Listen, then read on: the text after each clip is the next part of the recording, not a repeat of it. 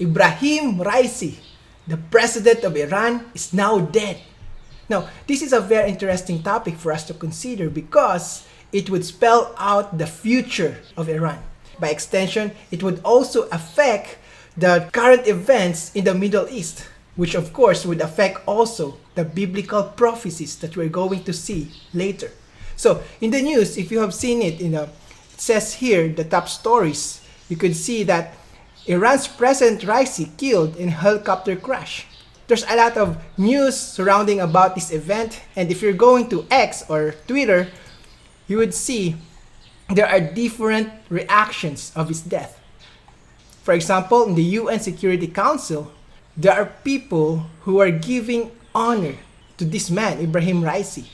But on the other hand, there's a lot of people who have also been happy or enjoying or celebrating the death of Ebrahim Raisi. As you can see here, there are people here gathering together, dancing, singing, and they are enjoying or they are rejoicing over the death of their president. Also, video clips here showing that Iranians are launching fireworks in celebration of death of their president. Another here, Iranians, people set on fire an Islamic regime billboard in Shiraz. And they want to be free from radicalism and Islamism.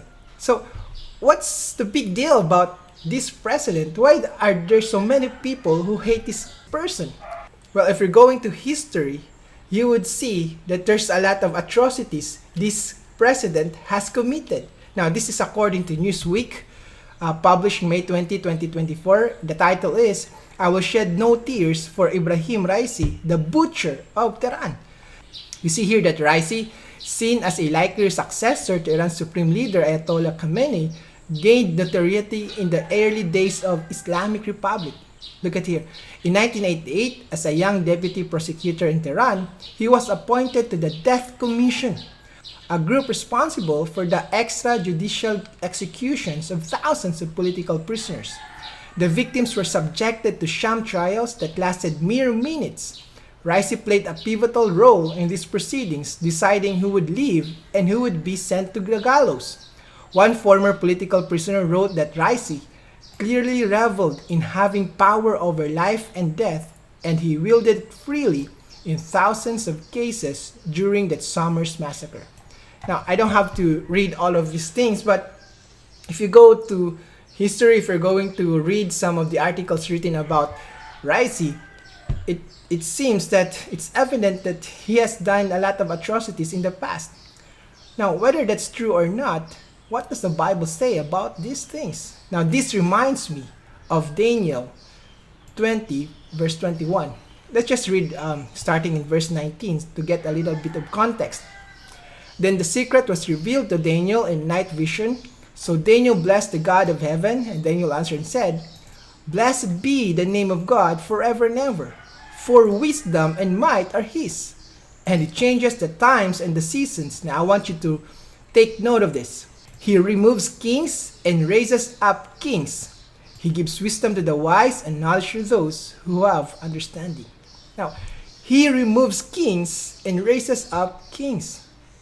So for now, let's take a deeper look at what it means for God to remove and to raise up kings. So Daniel 2:21, the first lesson we have to learn here is that God is sovereign over all nations.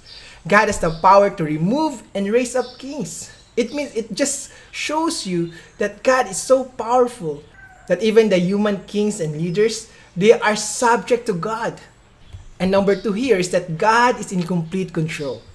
God can use various situations, whether good or bad, to fulfill His purpose. The human beings, the human leaders have made terrible mistakes, terrible decisions in the past, and yet God can still use those things, those situations, for our own good. And that's how infinitely wise and powerful God is. So number three here is that God gives us the choice. Daniel 2:21 is not a verse that shows God choose every leader who have ever ruled. Now this is very important because some people use Daniel 2:21 as proof that God chooses every leader who have ever ruled. Now this is not the case. You know why? Because He has given us free will. There's a lot of leaders and kings in Israel who has been chosen by people. And it wasn't the voice of God. Some people say that the voice of the people is the voice of God. Well, that is not really the case. God still gives us the freedom to choose for ourselves, but He is still in control. That even though we have made mistakes, we have made terrible choices in the past and even in the future, God is still in control. That He can still override all this situation here and to fulfill His ultimate purpose. And that is to save mankind through His Son Yeshua, or most people would call Him Jesus. So if you want to learn more about Iran and its role in biblical prophecies, I highly recommend that you go to my YouTube channel, go to the videos, and find the video about Iran, Israel versus Iran and Bible prophecy. I highly recommend that you watch my video about Iran, which is entitled Israel versus Iran and Bible prophecy. So in this video, you will learn more about where is Iran in the Bible prophecy and how the current situations in the Middle East would set up the stage for biblical prophecies.